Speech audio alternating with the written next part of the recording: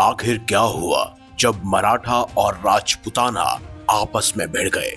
ऐसे शूरवीर मराठा जिन्होंने चित्तौड़गढ़ जैसे किले को सिर्फ 10 दिनों के अंदर जीत लिया। तो आखिर क्या है रहस्य राजस्थान के मजबूत किले, बहादुर मराठा योद्धा और चौथ नाम के उस टैक्स का जिसने राजपूत राजाओं को मराठाओं का गुलाम बना दिया।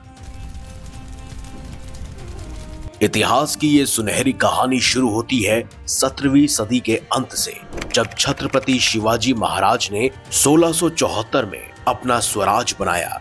उस समय मराठा राज अपने चरम पर था और 2.8 मिलियन वर्ग किलोमीटर में फैला था, यानी भारत का 75% हिस्सा। राजस्थान के कई इलाके चौथ देकर मराठा सुरक्षा के नीचे थे। चौथ या फिर चौथ एक ऐसा ऐतिहासिक टैक्स था जिसे मराठा शासकों द्वारा राज्य की कुल कमाई का 25% वसूला जाता था। 17वीं सदी के अंत में छत्रपति शिवाजी महाराज ने दक्कन में मुगलों को ललकारा। उन्होंने अपना खुद का एक ऐसा राज्य बनाया जहां हिंदू राजा मुगलों की गुलामी से आजाद हो।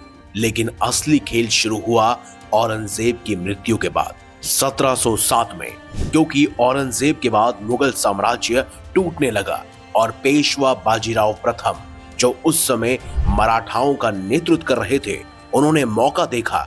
बाजीराव ने कहा था, मैं घोड़ों पर चढ़कर उत्तर भारत जाऊंगा और अटक से कटक तक मराठा झंडा गाड़ूंगा। 1730 के दशक तक मराठा मालवा पर कब्जा कर चुके थे।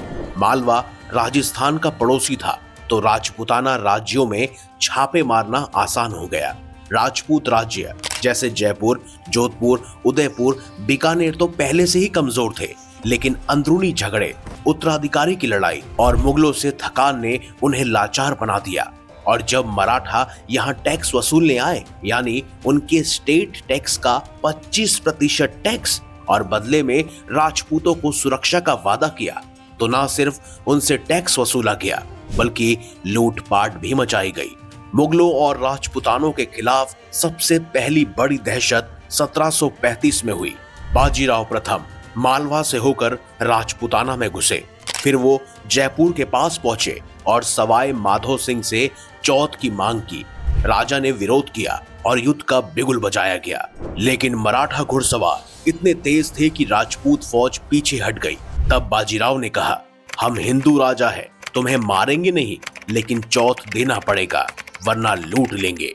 जब राजा ने चौथ देने से इनकार किया तो मराठा योद्धाओं ने छापा मार मार कर लाखों रुपए लूटे, जिसके बाद ही राजपूताना में पहली बार मराठाओं की दहशत फैली, क्योंकि ये सिपाही रातों रात आते, लूटते और गायब हो जाते।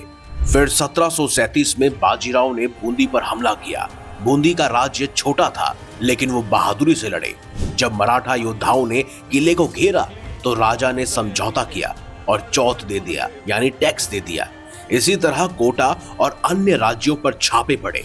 मराठा योद्धाओं की ताकत थी घुड़सवारों की स्पीड, जबकि राजपूत भारी कवच और हाथियों पर निर्भर थे और मराठा हल्के, तेज और गुर्रिला स्टाइल से लड़ते और जीत भी जाते। इतिहासकार बताते हैं कि बाजीराव के 50 अभियानों में से कई राजपूताना पर ही थे और इसी का परिणाम था कि राजपूत राजा मराठाओं के नाम से भी डरने लगे थे। हर साल टैक्स की मांग आती गई और ना देने पर गांव जलाए जाते। यही मराठाओं की दहशत का बीज था। 1738 तक बाजीराव ने दिल्ली के पास पहुंचकर मुगल बादशाह को चौथ का हस्ताक्षर करवा लिया था। राजपूताना के राजा सोचने लगे, अगर मुगल झुक गए तो हम क्या ही कर लेंगे। लेकिन तभी 1740 में बाजीराव की मृत्यु हो गई, लेकिन उनकी विरासत उनके बेटे बालाजी बाजीराव यानी नाना साहिब ने संभाली। नाना साहिब ने मराठा फौज को और मजबूत किया। 1741 में उन्होंने पंजाब तक छापे मारे, लेकिन राजपूताना को वो बिल्कुल नहीं भूले। 1743 में उन्होंने जोधपुर पर हमला बोला। मारवाड़ के राजा ने विरोध किया, लेकिन मराठा योद्धाओं ने नागौर किले को जीत लिया और जमकर लूटा। इस लूट का माल इतना था कि मराठा सेना खुश हो गई। राजपूताना में अब मराठा नाम सुनते ही लोग घरों में छिपने लगे थे। 1745 में बालाजी बाजीराव ने उदयपुर के मेवाड़ पर छापा मारा। महाराणा जगत सिंह ने टैक्स दिया, लेकिन मराठा संतुष्ट नहीं थे। वो सरदेशमुखी यानी कि एक्स्ट्रा 10% टैक्स भी मांगने लगे। और जब महाराणा जगत सिंह ने मना किया तो मराठाओं ने चित्तौड़ के पास गांवों को आग लगा दी। लोग भागने लगे, लेकिन मराठा घोड़ों पर सवार होकर उनका पीछा करते और धीरे धीरे सब कुछ लूट कर ले जाते। 1750 के दशक में आते आते दहशत चरम पर पहुंच चुकी थी। 1753 में जयपुर के सवाई माधो सिंह को 63 लाख रुपए की मांग की गई। आज के हिसाब से यह रकम 3600 करोड़ रुपए लगभग होती है, लेकिन राजा ने मना कर दिया, जिससे मराठा सेना ने आमेर के आसपास लूट मचाई। इतिहासकार लिखते हैं कि मराठा सिपाही बिना भेदभाव के लूटते थे। एक बार तो जयपुर का बाजार भी जला दिया गया था और राजा को मजबूरन टैक्स देना पड़ा। इसी तरह बीकानेर और जैसलमेर जैसे रेगिस्तानी राज्यों पर भी छापे पड़े। मराठा रेगिस्तान पार करके आते, राजपूत योद्धा किले में छिपते, लेकिन मराठा घेराबंदी में माहिर थे और यही उनकी जीत की सबसे बड़ी वजह भी थी। 1756 में मराठाओं ने राजपूतों के खिलाफ एक बड़ा अभियान चलाया। उन्होंने हड़ौती पर कब्जा कर लिया। राजा दुर्लभ जी ने विरोध किया, लेकिन मराठा ने किले पर तोपें तान दी। इसके बाद राजा को समझौता करना पड़ा और इस तरह राजपूताना अब मराठाओं का शिकार बन गए थे। लेकिन 1761 का पानीपत का तीसरा युद्ध मराठाओं के लिए एक झटका था। अब्दाली ने इस युद्ध में मराठाओं को हरा तो दिया, लेकिन राजपूताना में उनके खिलाफ दहशत कम नहीं कर पाया। लेकिन इस वार के बाद कमजोर मराठा और भी आक्रामक हो गए। 1762 में होलकर ने नागौर जाकर किला घेरा और मारवाड़ पर हमला किया। राजा विजय सिंह ने लड़ाई लड़ी, लेकिन मराठा की तोपों ने उन्हें तोड़ दिया और फाइनली टैक्स भी ले लिया गया। टैक्स लेने का यह सिलसिला सालों साल चलता रहा, लेकिन इसके बाद आया राजपूतानाओं के लिए सबसे खतरनाक चैप्टर, महादजी शिंदे का समय। 1780 के दशक में महादजी मराठा साम्राज्य के सबसे बड़े योद्धा बने। 1784 में महादजी ने ग्वालियर जीता और राजपूतानाओं पर नजर डाली। उनकी मांग 60 लाख रुपए के लगभग थी। इसीलिए जब जयपुर के प्रताप सिंह ने चौथ देने से मना किया तो इसका नतीजा मिला 1787 का लाल सोट का युद्ध।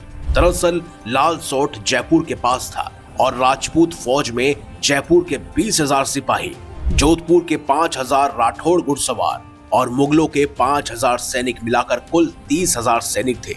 इस लड़ाई में मराठा योद्धाओं की भारी मात्रा में मौत हुई, जिसकी वजह से उन्होंने हार मान ली।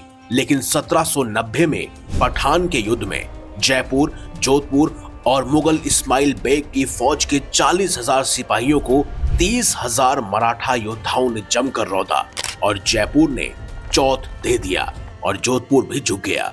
और तभी से 1818 तक जयपुर का सबसे काला समय शुरू हो गया।